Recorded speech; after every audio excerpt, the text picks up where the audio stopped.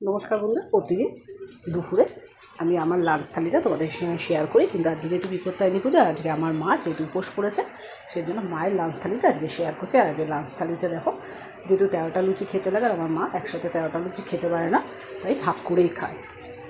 13খানা লুচি ভাগ করে খাবে। এখন 5খানা লুচি খাবে, বিকেলে আবার 3টে খাবে, আবার রাতে 5টা খেয়ে নেবে। এইভাবেই মা ভাগ করে খায়। লুচিগুলো দেখো আমি ভেজে নিয়েছি, আর আমি যখন একা লুচি ভাজি তখন আমি সব কটা লুচি একসাথে বেলে নিই। তোমরা কে কীভাবে লুচি ভাজো আমাকে কমেন্টস করে জানিও। লুচিগুলো আমার ভাজা কমপ্লিট হয়ে এসেছে, যেহেতু বেশি ভাজবো না, আর নিজের জন্য একটা ভেজেছি।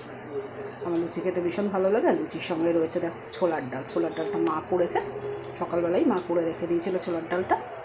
আর মা পুজোটা বাড়িতেই দেয়। আমি তোমাদের সঙ্গে বিপত্তারিণী পুজোর যে ফুল ব্লগটা সেটা তোমাদের সঙ্গে শেয়ার করে দেবো।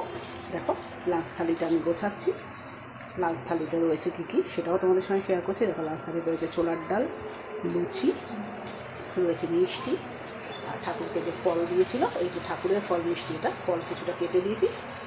বিপত্তারিণী স্পেশাল লাঞ্চ থালিটা কেমন লাগলো কমেন্টস করে জানি। ভিডিওটা এখানেই শেষ হয়েছে। Goodbye, thank you everyone.